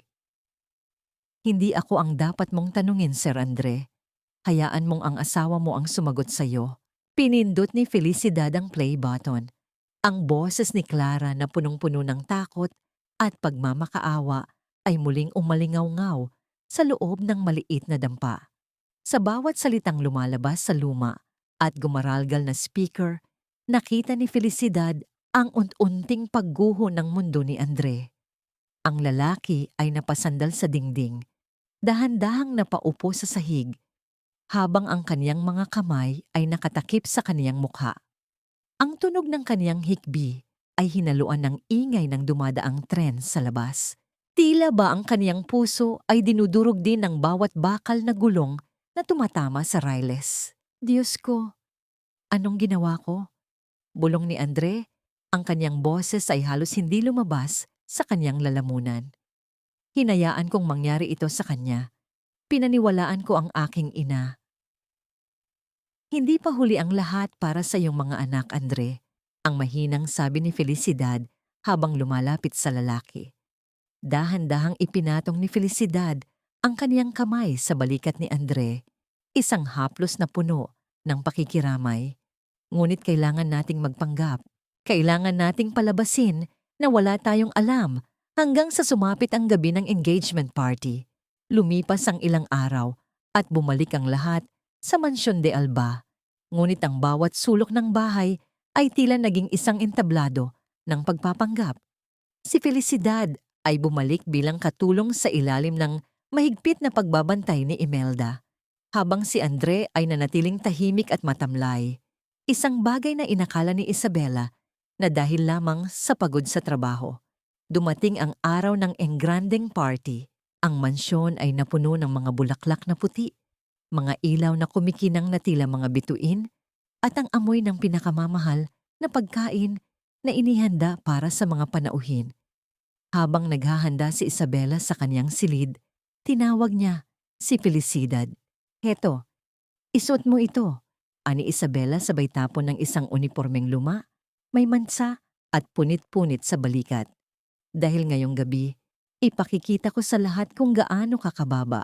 Gusto kong makita ng mga bisita na ang nag-iisang katulong na nagtangkang magnakaw sa akin ay magsisilbi sa amin na parang basahan." Hindi kumibo si Felicidad. Kinuha niya ang uniforme ng walang reklamo. Sa kaniyang isipan, ang bawat pangungutya ni Isabela ay tila mga hakbang lamang patungo sa rurok ng kaniyang plano. Habang nagbibihis si Felicidad sa maliit na banyo, naramdaman niya ang isang mahinang kaluskos sa pinto. Pagbukas niya, naroon sina Mateo at Sofia. Ang maliliit na mukha ng mga bata ay puno ng lungkot nang makita ang kaniyang suot na basahan. "Nanay Feli, bakit po ganyan ang suot niyo?" Tanong ni Sofia. Ang kaniyang maliit na kamay ay dahan-dahang hinahaplos ang punit na tela sa braso ni Felicidad. Yumukod si Felicidad upang mapantayan ang mga bata. Isang matamis na ngiti ang ibinigay niya sa kanila, habang ang kaniyang mga mata ay nagniningning sa determinasyon. "Huwag kayong mag-alala mga anak. Pagkatapos ng gabing ito, hindi na tayo muling magtatago sa dilim. Nanay Feli, huwag kang aalis. Di ba iyan ang sabi niyo? Hinding-hindi ko kayo iiwan. Nanay Feli, huwag kang aalis." Kahit anong mangyari, bulong ni Mateo habang niyayakap ng mahigpit ang leeg ng dalaga. Dahan-dahang kinapa ni Felicidad ang loob ng kaniyang damit. Doon, malapit sa kaniyang puso, ay nakatago ang isang maliit na flash drive. Ito ang sandata na wawasak sa toring bato na itinayo ni Imelda sa loob ng maraming taon. Ang bawat tibok ng puso ni Felicidad ay tila isang tambol na naghahanda para sa nalalapit na digmaan. Nang magsimulang tumugtog ang musika sa ibaba, naramdaman ni Felicidad ang isang kakaibang lamig sa kaniyang katawan. Ito na ang gabi ng huling sayaw ni Isabela. Ang bawat hakbang ng dalaga, pababa ng hagdan, ay tila isang huling hininga bago ang isang malakas na pagsabog. "Handa na ba ang lahat?" Tanong ni Doña Imelda mula sa malayo. Ang kaniyang boses ay puno ng tagumpay. "Opo, Doña. Handa na po ang lahat para sa katotohanan," bulong ni Felicidad sa kaniyang sarili habang humahawak ng mahigpit sa kaniyang dibdib. Ang kinang ng mga hiyas na suot ninyo ay hindi sapat upang takpan ang amoy ng kabulukan sa loob ng bahay na ito. Ngayong gabi, ang bawat lihim ay magkakaroon ng boses at ang bawat luha ay magiging saksi. Ang bulong-bulungan ng mga panauhin sa loob ng engrandeng bulwagan ng mga De Alba ay tila isang dagat na dahan-dahang humahampas sa mga pader. Ang bawat sulok ay pinalamutian ng mga kristal na nagtatalsikan ng liwanag at ang amoy ng pinakamahal na alak ay humahalo sa halimuyak ng libu-libong sariwang rosas. Sa gitna ng lahat ng ito, nakatayo si Isabela sa kaniyang puting kasuotan, tila isang reyna na handang tanggapin ang kaniyang korona, habang sa kaniyang tabi ay si Andre na nanatiling tahimik. Ang kaniyang mukha ay tila isang maskara ng kawalan. Sa isang sulok ng bulwagan, lumitaw si Felicidad. Ang kaniyang suot na basahan at punit-punit na uniforme ay tila isang malaking mantsa sa gitna ng perpektong karangyaan. Ang bawat hakbang niya ay sinusundan ng mapanghusgang tingin at mahihinang tawa mula sa mga matataas na tao ng lipunan. Tignan niyo ang babaeng iyan, bulong ng isang ginang habang tinatakpan ng kaniyang bibig ng isang mamahaling pamaypay. Paanong pinayagan ng mga de Alba na makapasok ang isang maruming nilalang sa ganitong pagtitipon? Lumapit si Doña Imelda kay Felicidad. Ang kaniyang mga mata ay nagliliyab sa tagumpay. Heto Felicidad, ani Imelda, sabay abot ng isang tray na puno ng mga baso ng champagne. Magsilbi ka sa mga panauhin. Gusto kong makita nila kung ano ang nangyayari sa mga taong hindi marunong tumanaw ng utang na loob. Gusto kong maramdaman mo ang bawat patak ng kanilang pangungutya. Dahan-dahang kinuha ni Felicidad ang tray. Ang bigat nito ay tila kasing bigat ng lahat ng paghihirap na kaniyang dinanas sa loob ng mansyong yon. Habang naglalakad siya sa gitna ng karamihan, sinasadya ng ilan na harangan ang kaniyang daan o kaya ay sadyang itulak siya upang muntik nang malaglag ang mga baso. Nang makalapit siya sa harap ni na Andre at Isabela, huminto ang dalaga. Nagtagpo ang mga mata nila ni Andre sa loob ng ilang segundo. Isang sandali na puno ng matinding tensyon na tila isang kable na anumang oras ay mapuputol. Nakita ni Felicidad ang panginginig ng mga labi ni Andre. Ang lalaking kailangang maglaro ng kaniyang papel hanggang sa huling sandali. Andre, darling, isn't she pathetic? Tawa ni Isabela. Ang kaniyang boses ay umalingaw-ngaw sa buong paligid. Look at her, parang isang asong gala na naghahanap ng pagkain sa gitna ng isang piging. Biglang tumunog ang isang kutsara na tumama sa baso ng champagne. Isang hudyat na magsisimula na ang pinakahihintay na anunsyo. Tumahimik ang lahat. Tumayo si Doña Imelda sa gitna ng entablado. Ang kaniyang tindig ay puno ng kapangyarihan. Mga kaibigan, mga panauhin, panimula ni Imelda. Ang kaniyang tinig ay puno ng pekeng kagalakan. Ngayong gabi, hindi lang natin ipinagdiriwang ang yaman ng ating pamilya. Ipinagdiriwang din natin ang bagong simula ni Andre kasama ang babaeng karapat-dapat sa kaniyang pangalan, si Isabela. Ang pag-iisang dibdib na ito ay magpapatunay na ang mga de Alba ay mananatiling matatag sa kabila ng anumang unos. Nagsimulang magpalakpakan ang mga tao. Ngunit bago pa man makapagsalita si Andre upang kumpirmahin ang engagement, dahan-dahang lumakad si Felicidad patungo sa gilid ng entablado kung saan naroon ang sound system at ang malaking projector na dapat sana ay magpapakita ng mga larawan ng pag-iibigan ni na Andre at Isabela. Naramdaman ni Felicidad ang mabilis na pagtibok ng kaniyang puso. Tila isang kabayong tumatakbo patungo sa kaniyang kalayaan. Inilabas niya ang maliit na flash drive mula sa kaniyang bulsa. Ang kaniyang mga daliri ay nanginginig. Hindi dahil sa takot, kundi dahil sa pananabik na mailabas ang katarungang matagal nang nais sa buhay sa dilim. Felicidad, ano ang ginagawa mo riyan? Bumalik ka sa kusina. Sigaw ni Doña Imelda. Ang kaniyang boses ay nagsimulang mapuno ng kaba nang makita ang determinasyon sa mga mata ng dalaga. Hindi nakinig si Felicidad. Sa isang mabilis na galaw, isinaksak niya ang flash drive sa computer. Ang musika ng biolin na kanina ay napakaganda ay biglang naputol, napalitan ng isang nakakabinging katahimikan. Lahat ng mga mata ay nakatuon sa malaking screen sa likod ng entablado. Isang itim na imahe ang lumitaw at pagkatapos ay isang boses na hindi inaasahan ng sinuman ang umalingaw-ngaw sa buong bulwagan. Isang boses na nanggagaling sa hukay. May nais po akong ipakita sa inyong lahat. Ang sigaw ni Felicidad na umalingaw-ngaw, mas malakas pa sa anumang tunog sa loob ng mansyon. Ang katotohanang binuo mula sa dugo, luha, at ang huling hininga ng isang inang pinagkaitan ng katarungan. Ang bawat panauhin ay napasinghap. Ang mukha ni Doña Imelda ay biglang nawalan ng kulay. Tila ba siya ay nakakita ng isang multo sa gitna ng liwanag. Si Isabela ay napabitaw sa braso ni Andre. Ang kaniyang mga mata ay punong-puno ng sindak habang ang unang imahe sa screen ay nagsisimulang gumalaw. Ito na ang sandali na wawasak sa lahat ng kasinungalingan. Ang boses ng katotohanan ay hindi kayang patahimikin ng ginto sapagkat ang dugong dumana sa dilim ay laging sisigaw para sa katarungan. Ang bawat mata sa loob ng engrandeng bulwagan ay nakapako sa malaking screen. Ang unang imahe na lumitaw ay hindi ang nakasanayang matatamis na ngiti ni na Andre at Isabela. Sa halip, ang bumungad sa lahat ay isang madilim na sulok ng mansyon, ang silid ng mga bata. Kitang-kita sa video si Isabela, ang kaniyang mukha ay baluktot sa galit, habang marahas niyang inaagaw ang pagkain mula sa nanginginig na mga kamay ni na Mateo at Sofia. Kainin ninyo ito.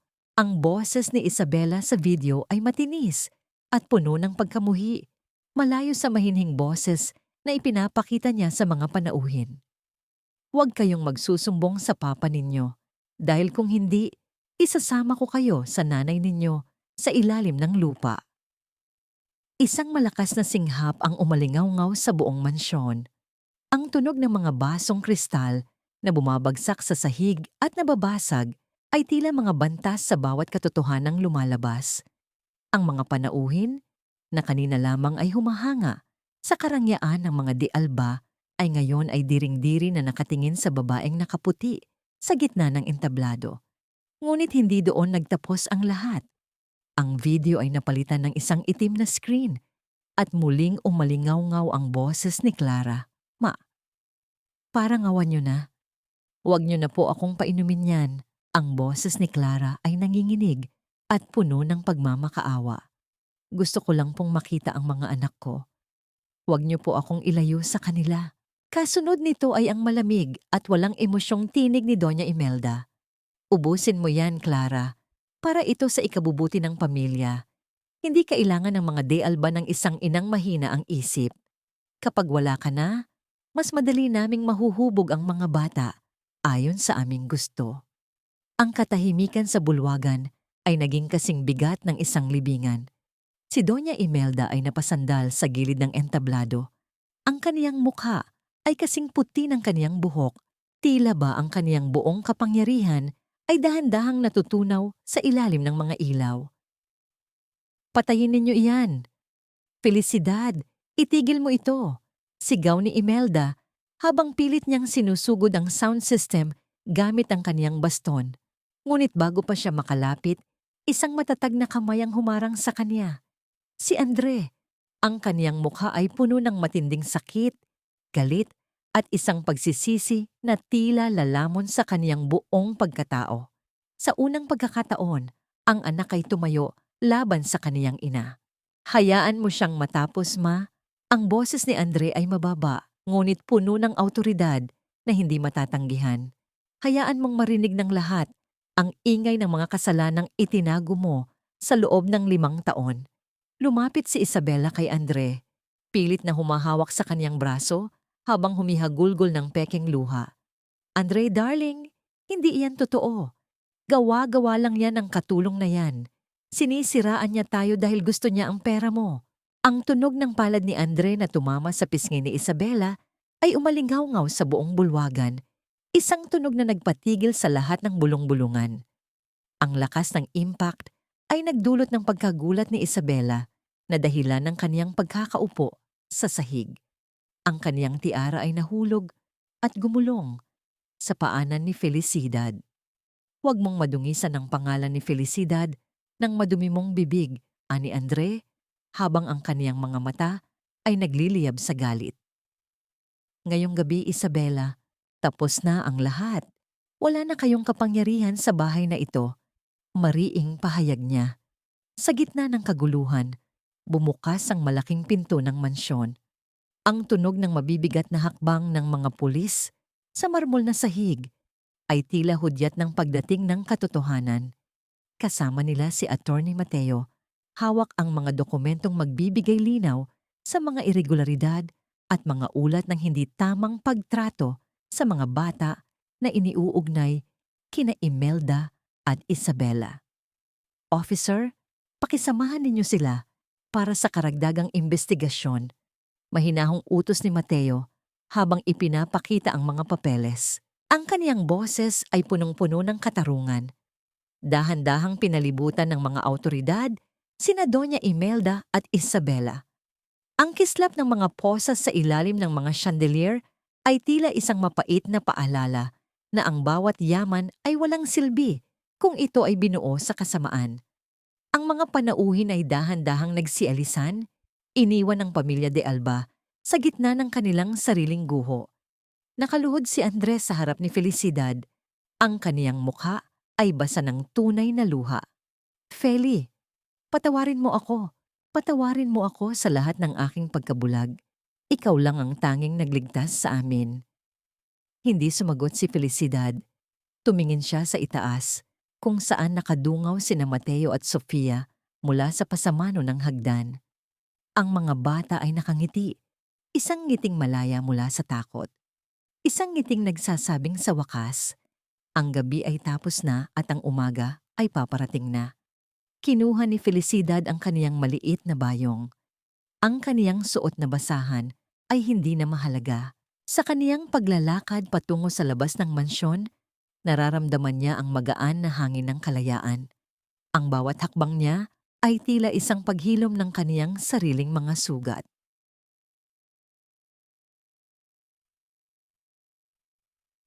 Ang kalayaan ay hindi matatagpuan sa loob ng isang mansyong ginto, kundi sa isang pusong wala ng itinatago at wala ng kinatatakutan. Ang katahimikan sa loob ng mansyon de Alba pagkatapos ng bagyo ay mas nakakabingi kaysa sa anumang sigaw. Ang amoy ng mga rosas at mamahaling pabango ay tila napalitan ng amoy ng luma at alikabok. Isang paalala na ang bawat karangyaan ay may hangganan. Nakatayo si Felicidad sa gitna ng bulwagan, pinagmamasdan ng huling sandali ng kapangyarihan ni Doña Imelda.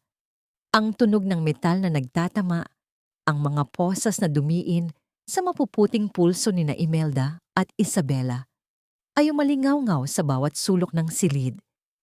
Walang imik si Imelda.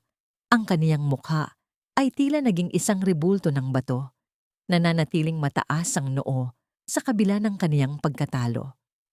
Samantala, si Isabela ay patuloy na humihikbi. Ang kaniyang maskara ay dumana sa kaniyang mga pisngi. Tinatanggal ang maskara ng kagandahang kaniyang ipinagmamayabang. Dalhin na ninyo sila. Ang mahinang utos ni Attorney Mateo habang inaayos ang kaniyang salamin. Habang hinihila ang dalawang babae palabas ng pintuan, naramdaman ni Felicidad ang isang kakaibang ginhawa sa kaniyang dibdib.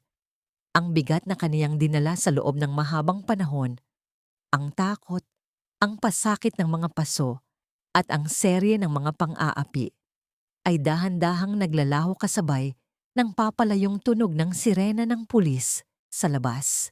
Naiwan si Andres sa gitna ng sala, nakatitig sa kawalan. Dahan-dahan siyang lumapit kay Felicidad. Ang kaniyang bawat hakbang ay tila may kasamang mabigat na pasanin ng pagsisisi. Sa harap ng dalaga, ang mapagmataas na si Andre de Alba ay dahan-dahang lumuhod. Ang kaniyang mga tuhod ay tumama sa marmol na sahig. Isang tunog na nagpatigil sa mundo ni Felicidad. Feli, patawarin mo ako, bulong ni Andre. Ang kaniyang boses ay punong-puno ng pait at tunay na luha. Naging bulag ako. Hinayaan kong saktan ka ng sarili kong ina. Hindi ko alam kung paano ko mababayaran ang lahat ng sakripisyo mo para sa mga anak ko. Please, huwag kang aalis. Manatili ka rito sa amin, hindi bilang katulong, kundi bilang kabiyak ng aking puso. Naramdaman ni Felicidad ang kurot sa kaniyang puso. Tumingin siya sa lalaking kaniyang minahal sa gitna ng pagdurusa. Ngunit sa kaniyang paningin, nakita niya hindi lamang si Andre, kundi ang mga sugat na kailangan pang maghilom. Ang kaniyang dangal ay nabawi na, ngunit ang kaniyang kaluluwa ay kailangan pang makahinga ng malaya mula sa anino ng mansyong ito. Sir Andre, tumayo po kayo, ang malumanay na sabi ni Felicidad habang dahan-dahang hinahawakan ang balikat ng lalaki upang patayuin ito. Pinatatawad ko na po kayo, pero ang pagpapatawad ay hindi nangangahulugan na ang lahat ay babalik sa dati. Kailangan ko munang hanapin ang sarili ko. Kailangan ko munang makita ang aking ina sa probinsya at ayusin ang aming buhay na malayo sa takot. Ngunit paano ang mga bata? Paano ako? Ang pagsusumamo ni Andre, habang mahigpit na nakahawak sa kamay ni Felicidad, hihintayin ko ang panahon na ang pag-ibig mo ay hindi na binuo mula sa pagsisisi, kundi mula sa tunay na pagkilala kung sino ako. Sagot ni Felicidad. Umakyat si Felicidad sa kaniyang maliit na silid. Kinuha niya ang kaniyang maliit na bayong, ang tanging bag na dala niya noong unang araw siyang pumasok sa mansyon. Walang anumang mamahaling bagay ang kinuha niya.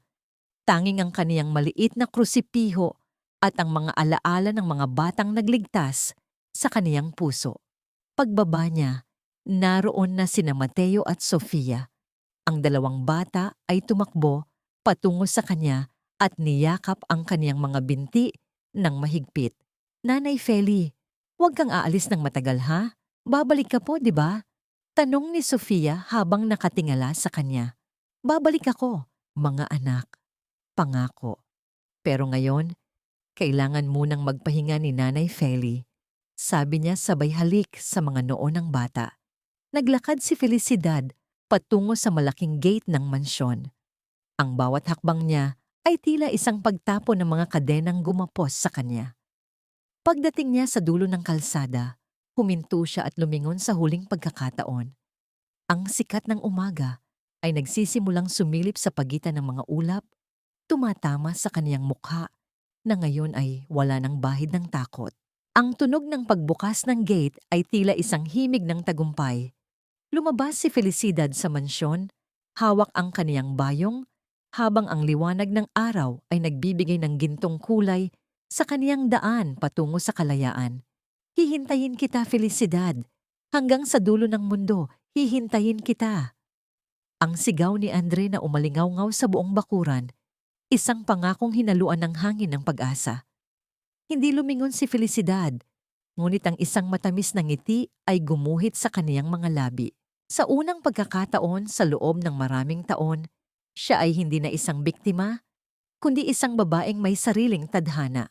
Ang bawat sugat ay may panahon ng paghilom, at ang bawat luhang pumatak sa tuyong lupa ay nagsisilbing dilig para sa isang bagong buhay na sisibol mula sa mga abo ng nakaraan.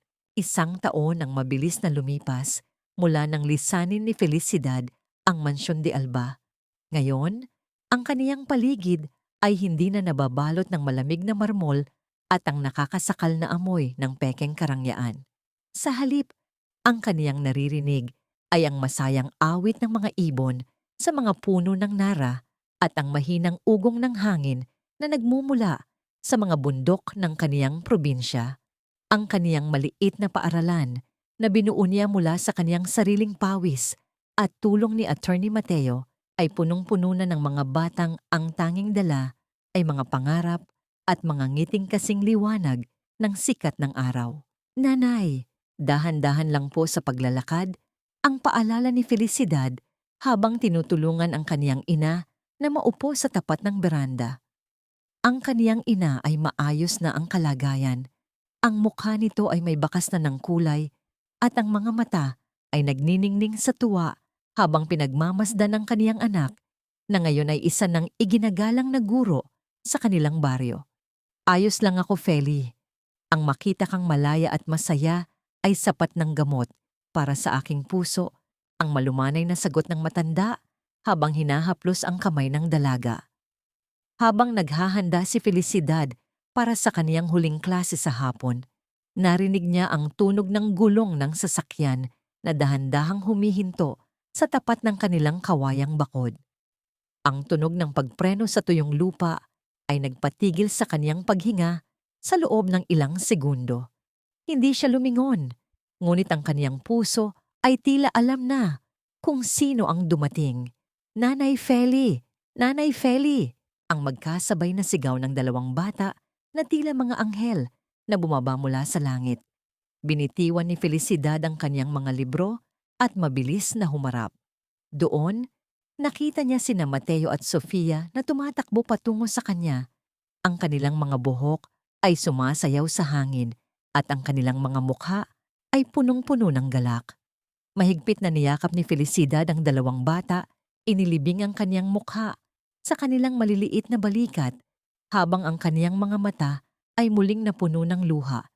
Ngunit sa pagkakataong ito ay luha ng wagas na kaligayahan. Ate Feli, Nanay Feli, ang bango-bango niyo pa rin po. Ang sabi ni Sofia habang humahalik sa pisngi ng dalaga. Tignan mo po, Nanay Feli, matataas na ang mga grades namin. Ang pagmamalaki ni Mateo habang ipinapakita ang kanyang report card. Dahan-dahang tumayo si Felicidad at doon niya nakita si Andre. Nakatayo ang lalaki sa may gate, malayo sa imahe ng mapagmataas na negosyante na nakilala niya noon. Wala na siyang suot na mamahaling suit.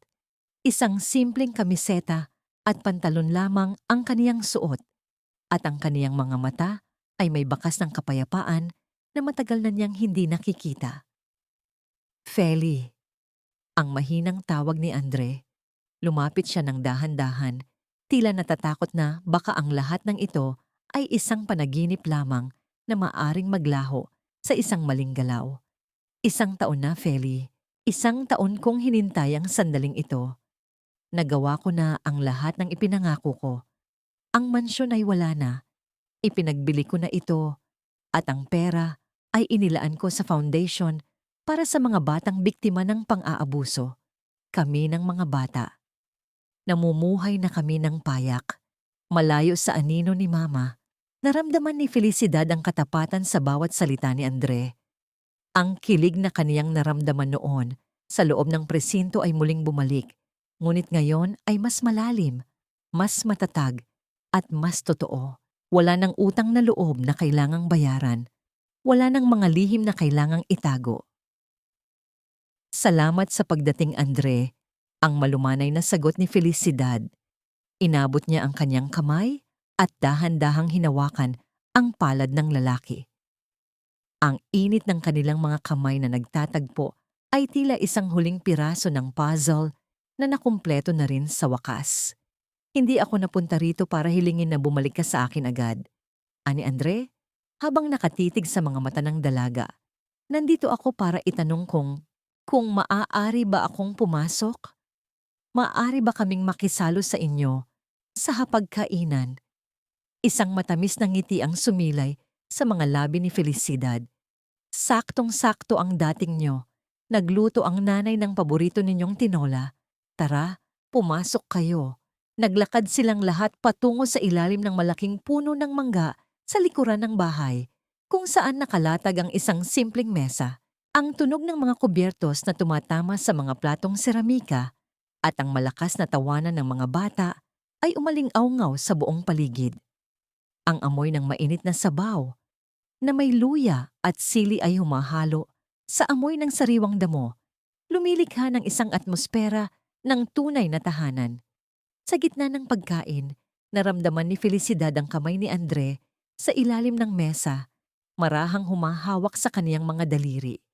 Tumingin siya sa langit na unti-unting nagiging kulay ube at kahel habang lumulubog ang araw.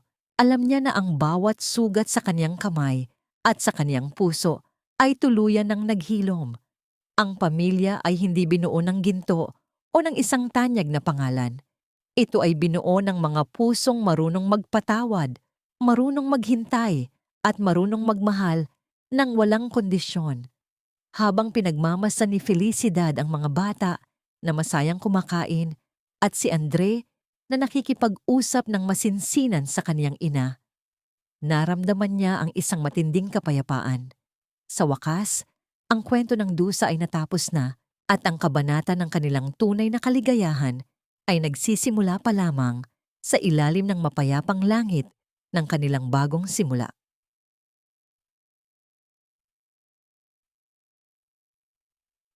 Ang bawat kwento ay may tuldok, ngunit ang katapusan ng isang pagdurusa ay ang simula lamang ng isang mas malawak at mas maliwanag na abot tanaw. Sa loob ng malamig at madilim na selda ng correctional facility, nakaupo si Doña Imelda sa isang matigas na bangko. Ang kaniyang mga kamay na dati ay pinalalamutian ng mga mamahaling brilyante ay wala ng suot, kundi ang marka ng kaniyang sariling katandaan at ang lamig ng rehas na bakal.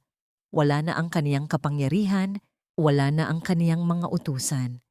Ang tanging naririnig niya ay ang tunog ng paglock ng mga pintuan ng bakal tuwing gabi at ang sarili niyang mga alaala na ngayon ay kaniyang naging pinakamalupit na bilangguan. Sa kabilang panig ng pasilyo, si Isabela ay madalas na nakatitig sa kawalan, pilit na inaayos ang kaniyang buhok, gamit ang kaniyang mga daliri kahit wala na siyang salamin na titingnan. Ang kaniyang kagandahan ay dahan-dahang kinakain ng pagsisisi at ng katotohanang ang lahat ng kaniyang pinaghirapang kunin sa marahas na paraan ay naglaho na parang usok sa hangin. Ang katarungan ay hindi dumating sa paraan ng dahas, kundi sa paraan ng katotohanang hindi na kayang ibaon ng pera o ng impluensya. Sa malayo, sa ilalim ng dapit hapon ng Bicol, nakatayo si Felicidad sa gitna ng kaniyang munting paaralan. Hinahaplos niya ang kaniyang mga palad, ang mga marka ng paso at ang mga maliliit na peklat mula sa mga bubog ng kristal ay naroon pa rin, ngunit hindi na ito nagdudulot ng hapdi.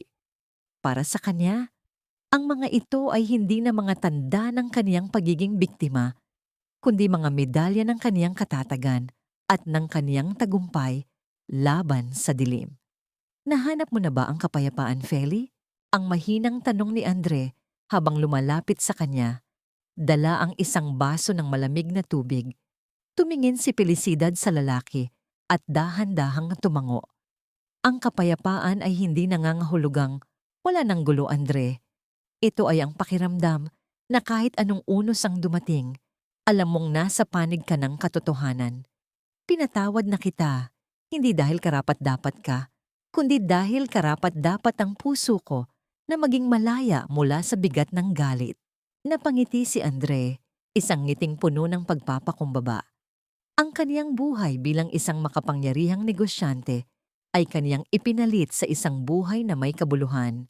Sa bawat araw na lumilipas, kaniyang pinatutunayan na ang pag-ibig ay hindi nasusukat sa kung ano ang kaya mong ibigay na material, kundi sa kung gaano ka kahandang magbago para sa ikabubuti ng mga taong mahal mo. Ang kaniyang mga anak, sina Mateo at Sofia, ay hindi na tumitingin sa kaniya ng may takot. Sa halip, ang kanilang mga mata ay puno na ng tiwala at pagmamahal. Ang mahalagang aral na iniwan ng kanilang kwento ay ang tunay na kahulugan ng utang na loob. Ang utang na loob ay hindi dapat maging isang tanikala na sumasakal sa ating kaluluwa at nagpapaluhod sa atin sa harap ng maling gawi. Ang tunay na utang na loob ay ang pasasalamat na nagmumula sa kusa, ang kabutihang ipinapasa sa iba nang walang hinihintay na kapalit, at ang lakas ng loob na tumayo para sa katarungan kahit ang buong mundo ay laban sa iyo. Ang pamilya de Alba ay hindi na binuo mula sa takot at manipulasyon. Sa ilalim ng pangangalaga ni Felicidad, ang pangalang yon ay naging simbolo ng paghilom at ng pag-asa. Ang bawat gabi ay hindi na punong-puno ng mga lihim at bulong ng isang patay na inang humihingi ng tulong, kundi ng mga kwento ng pasasalamat at mga panalangin puno ng pananampalataya. Sa huling sulyap ni Felicidad sa papalubog na araw, kaniyang napagtanto na ang bawat patak ng kaniyang luha ay may katumbas ng ngiti. Ang kaniyang paglalakbay mula sa pagiging isang hamak, nakatulong patungo sa pagiging isang reyna ng kaniyang sariling tadhana, ay isang patunay na ang kabutihan, gaano man ito kaliit, ay laging magtatagumpay sa huli. Ang tunay na tahanan ay hindi ang mansyong may matatayog na pader, kundi ang lugar kung saan malaya kang magmahal, malaya kang magsalita, at higit sa lahat, malaya kang maging ikaw. Sa piling ni na Andre at ng mga bata, sa gitna ng payak na buhay sa probinsya, nahanap ni Felicidad ang kaniyang tunay na langit sa lupa. Ang dusa ay tapos na, at ang pagmamahalan ay mananatiling buhay hanggang sa huling pintig ng kanilang mga puso. Ang bawat sugat ay naghilom, ang bawat lihim ay nabunyag, at sa wakas, ang kapayapaan ay nanahan sa bawat sulok ng kanilang mga buhay.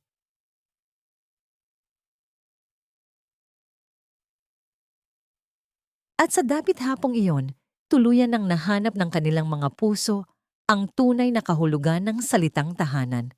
Mula sa kailaliman ng aking puso, maraming salamat sa inyong pagpasya na manatili at makinig hanggang sa huling sandali ng kwentong ito. Isang malaking karangalan para sa akin ang makasama kayo sa paglalakbay na ito ni Felicidad habang isinusulat ko ang bawat kabanata, lalo na ang mga sandaling kailangang lunukin ni Felicidad ang kaniyang dangal para lamang sa kaligtasan ng kaniyang ina. Tila nadama ko rin ang bawat kirot at bawat patak ng kaniyang luha. Hindi naging madali ang ilarawan ng dilim sa loob ng Mansyon de Alba dahil ang kwentong ito ay hango sa mga tunay na damdamin at karanasang madalas ay nananatiling lihim sa ating lipunan. Ang mga sakripisyo ng mga kababaihang itinuturing na hamak lamang, ngunit may pusong kasing dalisay ng ginto. Nais kong iwan sa inyo ang mensahe na ang bawat isa sa atin ay parang isang buto na kailangang ibaon sa dilim upang sa huli ay sumibol at mamulaklak. Ang pagpapatawad ay hindi tanda ng kahinaan, kundi ang pinakamataas na uri ng katapangan. Tulad ng isang munting kandila sa gitna ng bagyo, ang ating pag-asa ang magsisilbing gabay patungo sa ating sariling liwanag sa dulo ng araw. Ngunit bago tayo tuluyang maghiwalay, nais kong marinig ang inyong tinig. Sa inyong palagay, sapat na ba ang naging karma ni na Doña Imelda at Isabela sa likod ng mga rehas? At kung ikaw ang nasa kalagayan ni Felicidad, kaya mo rin bang buksan muli ang iyong puso para sa taong naging bulag sa iyong paghihirap? O mas pipiliin mo ang mamuhay ng mag-isa, ngunit malaya? Maraming salamat muli sa inyong walang sawang pagsuporta. Kung naging bahagi ang kwentong ito ng inyong araw habang kayo ay nagpapahinga o gumagawa ng mga gawaing bahay, huwag ninyong kalimutang i-like ang video, mag-iwan ng inyong saloobin sa comment section, at i-share ito sa inyong mga mahal sa buhay. Ang inyong bawat pakikinig ay ang nagbibigay buhay sa ating mga sining at kwento. Hanggang sa muli nating pagkikita at nawa ay palaging maghari ang katotohanan at pag-ibig sa inyong mga tahanan.